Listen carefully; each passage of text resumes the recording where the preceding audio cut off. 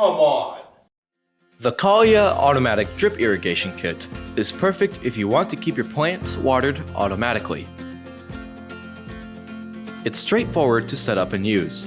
With your clearly marked barb fittings, you install the out tube to the plants and the in tube to the water tank. Then you install the water filter on the other end of the in tube. Drop the in tube into the water tank and get yourself a pair of scissors. When measuring your tubing runs, you want to leave some extra tubing so as to make sure it works the first time. Connect the necessary T-joints. Install the watering spikes, one per plant, and your setup is now complete. Alright, to change the amount of water and how often is quite simple. For water, you press the water button, change how much milliliters you want, and press set. For time, you press the time button and change how often you want the pump to dispense water. This pump is also battery powered, which lasts up to 60 days. And to check the battery level, just double press the set button. And with a built-in clip on the back, you can place this pump anywhere, letting you achieve an organized setup. I travel a lot for my job and my houseplant suffers for it.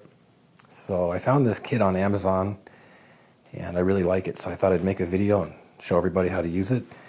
When you get the box, this is what you're going to find: a spool of plastic hose, some hard plastic drip tips.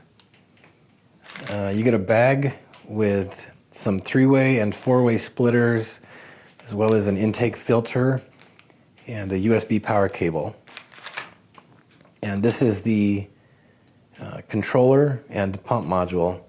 So the first thing you're going to want to do is cut your tie wraps off of the plastic hose and let this start relaxing, because it makes it a lot easier to work with. And the next thing we'll get into is the programming of the control module. Okay, so this is the controller pump. I've got it powered by USB power right here. But one thing that I like about this is that it also has batteries. So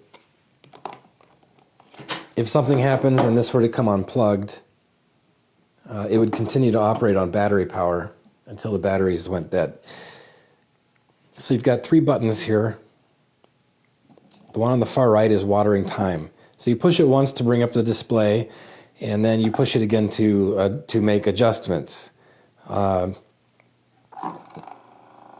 I've measured this pump to operate. This pump pumps about 100 milliliters per minute is what I've measured it at. So right now it's trying to pump.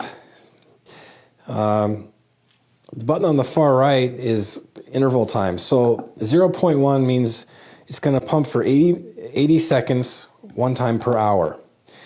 So 0.4 would be every 4 hours. That would be every 10, 12, and then it goes to 1 day. And this will go from 1 hour intervals all the way up to 30-day intervals. The button in the middle, which says M, if you push that, the pump will begin operating, and it won't stop until you push it again.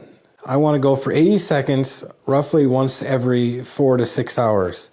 I have a fairly large plant, so your results will vary depending on the size of plant you have and the size of the pot that you have. Okay, so here I've got the pump mounted to my bucket. So you just take and you cut your hose to length, okay?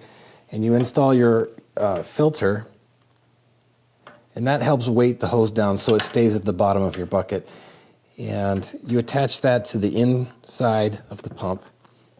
And then you run your hose and drip tube over to your plant. You connect that to the outside of the pump.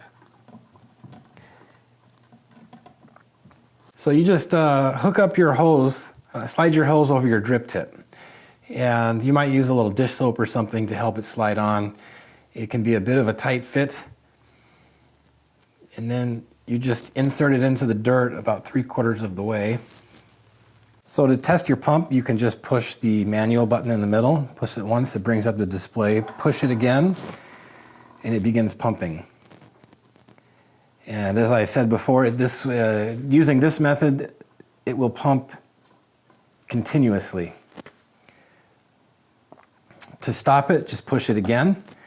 And now it's back to interval timer. So the way I have it set up right now, it'll run for 80 seconds every 1 day. So it's pretty simple to use, and it works really good. Thanks for